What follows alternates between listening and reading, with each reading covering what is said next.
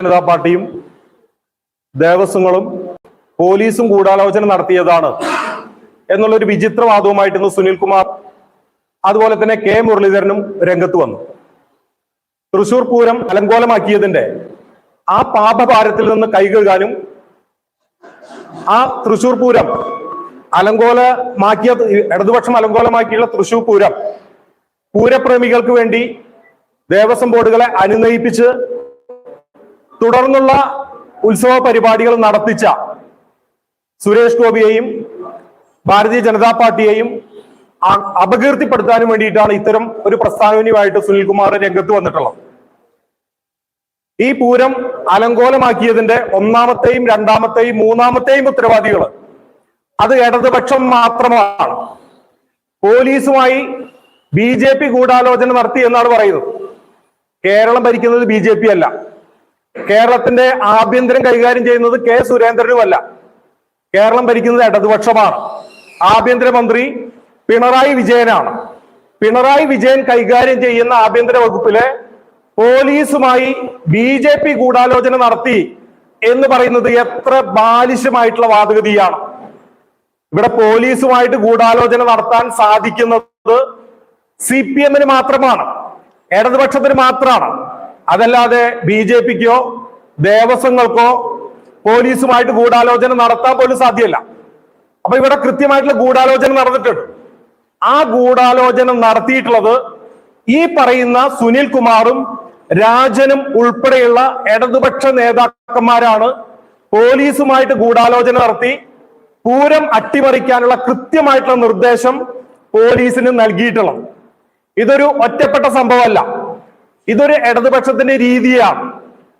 ക്ഷേത്ര ഉത്സവങ്ങള് ആചാരങ്ങള് അത് തകർക്കുക എന്നുള്ളത് ഇടതുപക്ഷ നയമാണ്. ഇടതുപക്ഷത്തെ സംബന്ധിച്ചിടത്തോളം അവർ നിരീശ്വരവാദികളാണ്. ഇത്തരം വിശ്വാസങ്ങളെയൊക്കെ അവജ്ഞയോടുകൂടി നോക്കിക്കാണുന്ന ആളുകളാണ്.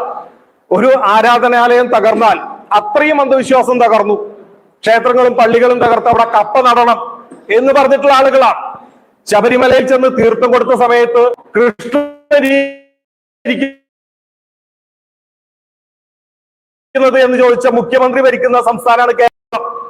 അവജ്ഞയോടുകൂടി കന്ന ഇതെല്ലാം മ്ലേച്ഛമായിട്ട് കരുതുന്ന ഇടതുപക്ഷത്തിന്റെ മനസ്സിലിരിപ്പ്, അതിന്റെ ഫലമാണ് ഇപ്പൊ ഉണ്ടായിട്ടുള്ള സംഭവങ്ങൾ. അവരിതിനെല്ലാം രാഷ്ട്രീയമായിട്ടാണ് കാണുന്നത്. വിശ്വാസങ്ങളെ വിശ്വാസങ്ങളുമായിട്ട് ബന്ധിപ്പിച്ച് കാണാനും അതേ രീതിയിൽ നോക്കി കാണാനും അവർക്കൊരിക്കലും സാധ്യമല്ല. അവരെല്ലാത്തിനെയും രാഷ്ട്രീയമായിട്ട് കാണും. അവർ നോക്കുന്ന സമയത്ത് ഉത്സവങ്ങൾ അത് BJP-യിലേക്ക് ആളുകളെ റിക്രൂട്ട് ചെയ്യാനുള്ള പരിപാടി, ആ നിലയ്ക്കാണ് CPM ഉത്സവങ്ങളെ കാണുന്നത്. ഇത് ഞാൻ വെറുതെ പറയുന്നതല്ല. പലതവണ CPM-ന്റെ സംസ്ഥാന സെക്രട്ടേറിയറ്റ് ചർച്ച ചെയ്തിട്ടുള്ള കാര്യമാണ്. ഉത്സവങ്ങളെല്ലാം സംഘപരിവാർ കൈയടക്കുന്നു, പൂര കമ്മിറ്റികളും ക്ഷേത്ര കമ്മിറ്റികളും കൈയടക്കുന്നു. അവിടെയെല്ലാം നമ്മുടെ സഖാക്കന്മാർ കയറിക്കൂടണം, അതെല്ലാം പിടിച്ചെടുക്കണം എന്ന് പലതവണ CPM സംസ്ഥാന സെക്രട്ടേറിയറ്റ് ചർച്ച ചെയ്ത് തീരുമാനമെടുത്തിട്ടുണ്ട്. അതിന്റെ അടിസ്ഥാനത്തിൽ പൂര കമ്മിറ്റികൾ പിടിക്കാനും അമ്പല കമ്മിറ്റികൾ പിടിക്കാനും പൂരം ഏറ്റെടുക്കാനും ദേവസ്വം ബോർഡുകളെ സ്വാധീനിച്ചുകൊണ്ട് ആ ക്ഷേത്രങ്ങളിലെല്ലാം അവരുടെ ആളുകളെ തിരികെ കയറ്റാനും വലിയ പരിശ്രമങ്ങൾ അവർ നടത്തി. പക്ഷേ വർഷങ്ങളോളം ആ പരിശ്രമം നടത്തിയിട്ടും ഈ പൂര കമ്മിറ്റികളും ക്ഷേത്രങ്ങളും ഏറ്റെടുക്കാനും ആ നിരീശ്വരവാദത്തിന്റെ ശൈലിയിലേക്ക് അതൊന്നും കൊണ്ടുപോകാനും അവർക്ക് സാധിച്ചില്ല. നിരവധി സംഭവങ്ങൾ നമുക്കറിയാം. ശ്രീകൃഷ്ണ ജയന്തി വരെ കണ്ണൂർ ജില്ലയിൽ CPM ആഘോഷിച്ചു, ഗണേശോത്സവം നടത്തി, രക്ഷാബന്ധം നടത്തി. അപ്പൊ ഇതൊന്നും നടത്തിയിട്ടും ഇതൊന്നും കയ്യിലെടുക്കാൻ സാധിക്കാത്ത സാഹചര്യത്തിലാണ് ഇനി ഇതിനെ തകർക്കുക എന്നുള്ളത് മാത്രമാണ് മുന്നിലുള്ള ഏക മാർഗം എന്ന തിരിച്ചറിവിന്റെ അടിസ്ഥാനത്തിലാണ് ക്ഷേത്രങ്ങളും ക്ഷേത്ര ആചാരങ്ങളും തകർക്കാൻ വേണ്ടി CPM തീരുമാനിച്ചത്. അതിന്റെ അടിസ്ഥാനത്തിലാണ് ശബരിമല സംഭവം ഉണ്ടായത്. അവിടെ ഇരുട്ടിന്റെ മറവിൽ ശവം കൊണ്ടുവരുന്നത് പോലെ ആളുകളെ കൊണ്ടുവന്ന് ആചാര ലംഘനം നടത്തിച്ച സർക്കാരാണ്. പോലീസ് യൂണിഫോമിൽ ആളെ കൊണ്ടുവന്ന് ആചാര ലംഘനം നടത്തിക്കാൻ ശ്രമിച്ച സർക്കാരാണ്.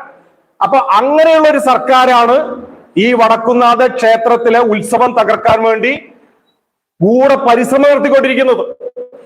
ഇത് വളരെ വർഷങ്ങളായി തുടങ്ങിയിട്ടുള്ള പരിശ്രമമാണ്. ഞാൻ ഈ പറയുന്ന ഈ കാലയളവ് മുതൽ, ഈ ശബരിമല പ്രക്ഷോഭ കാലം മുതൽ വടക്കുന്നാഥ ക്ഷേത്രത്തിലെ ഉത്സവം തകർക്കാനും CPM ശ്രമിച്ചു വരുന്നുണ്ട്. 2016, 2017 കാലത്ത് ഇവിടെ എക്സിബിഷൻ നടത്താൻ വേണ്ടി പാറമേക്കാവും തിരുവമ്പാടിയും തറവാടക നൽകിയിരുന്നത് 6 ലക്ഷം രൂപയാണ്. വെറും 6 ലക്ഷം രൂപ. ആ 6 ലക്ഷം രൂപ നൽകിയിരുന്ന സ്ഥാനത്ത് ഈ വർഷം 45 ലക്ഷം രൂപ അവർക്ക് അടക്കേണ്ടി വന്നു. പക്ഷെ ആവശ്യപ്പെട്ട തുക 2.25 കോടി രൂപയാണ്. അപ്പൊ ഈ 2017 കാലം മുതൽ അനിയന്ത്രിതമായി തറവാടക വർദ്ധിപ്പിച്ച് ഈ ഉത്സവം നടത്താൻ പാറമേക്കാവിനും തിരുവമ്പാടിക്ക് സാധിക്കരുത്. അവരിത് ഇട്ടെറിഞ്ഞു പോകണം. അതാണ് ഇവരുടെ ലക്ഷ്യം. കാരണം ഒരു തൃശ്ശൂർ പൂരം നടത്തണമെങ്കിൽ പാറമേക്കാവിനും തിരുവമ്പാടിക്കും 6 കോടിയിലധികം തുക ചെലവ് വരുന്നുണ്ട്. ഈ 6 കോടി രൂപ അവർ കണ്ടെത്തുന്നത് എക്സിബിഷൻ നടത്തിയിട്ടാണ്. അപ്പൊ ആ എക്സിബിഷൻ തറവാടക 2.25 കോടി ആക്കിയാൽ ഈ പൂരം നടത്താൻ പാറമേക്കാവിനും തിരുവമ്പാടിക്കും സാധിക്കില്ല. അപ്പൊ അങ്ങനെ വരുമ്പോ അത് സ്വയം ഏറ്റെടുക്കാൻ ദേവസ്വം ബോർഡിനെ കൊണ്ടോ കോർപ്പറേഷനെ കൊണ്ടോ അത് ഏറ്റെടുപ്പിച്ച് നടത്തുക, അവരുടെ കയ്യിലാക്കുക എന്നുള്ള ഉദ്ദേശമാണ് ഇതിന് പിന്നിൽ. എക്സിബിഷൻ മാത്രമല്ല, അതിന്റെ പാർക്കിംഗ്, ആ പാർക്കിങ്ങിന്റെ തുക ലഭിച്ചിരുന്നത് ദേവസ്വങ്ങൾക്കാണ്. ആ പാർക്കിംഗ് ദേവസ്വം ഏറ്റെടുത്തു. അത് ഈ പാറമേക്കാവിൽ നിന്നും തിരുവമ്പാടിയിൽ നിന്നും ബലമായിട്ട് അവർ ഏറ്റെടുത്തു. അവിടെയുള്ള പരസ്യ ബോർഡുകൾ, ആ പരസ്യ ബോർഡുകളിൽ കൂടി വലിയൊരു തുക പാറമേക്കാവിനും തിരുവമ്പാടിക്ക് ലഭിച്ചിരുന്നു. പക്ഷെ അതും കൊച്ചിൻ ദേവസ്വം ഏറ്റെടുത്തു. അപ്പൊ അങ്ങനെ ഘട്ടം ഘട്ടമായി പാറമേക്കാവിന്റെയും തിരുവമ്പാടിയുടെയും ചിറകരിയുക, പൂരം നടത്താൻ അവരെ അനുവദിക്കാതിരിക്കുക, ഇത് കൃത്യമായിട്ടുള്ളൊരു ഗൂഢാലോചനയാണ്. ഇതിന്റെ അടിസ്ഥാനത്തിലാണ് ഓരോ സംഭവങ്ങളും. നിങ്ങൾ ഓരോ സംഭവങ്ങൾ പരിശോധിച്ച് നോക്കുക. ആനയ്ക്ക് പട്ട കൊടുക്കാൻ കൊണ്ടുപോകുന്ന സമയത്ത് പട്ട കൊടുക്കുന്നത് തടയുക. ആന ഉറങ്ങാതെ നിൽക്കണമെങ്കിൽ അതിന് പട്ട കൊടുക്കണം, അത് പട്ട തിന്നുകൊണ്ടിരിക്കണം. ഇത് സാമാന്യ ബോധമുള്ള എല്ലാ ആളുകൾക്കും അറിയാം. അപ്പൊ ആനയ്ക്ക് പട്ട കൊടുക്കരുത്. പട്ട കൊണ്ടുപോകുന്ന സമയത്ത് പോലീസ് ഉപയോഗിച്ച് അത് തടയുക. കുടമാറ്റ സമയത്ത് ഓരോ കുട മാറുന്ന സമയത്തും അടുത്ത കുട കൊടുക്കണം. ഇതെല്ലാവർക്കും അറിയാം.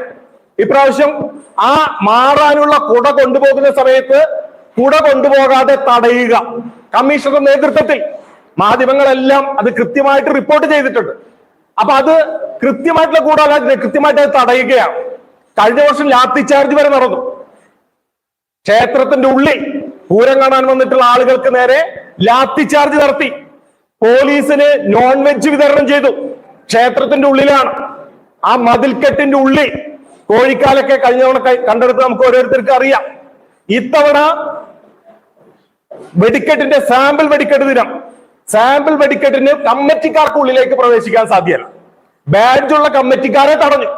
അവിടെ മുഴുവൻ ചൂലഴിച്ചിട്ടതുപോലെ പോലീസാണ്. അപ്പൊ പോലീസിന് വെടിക്കെട്ടിന്റെ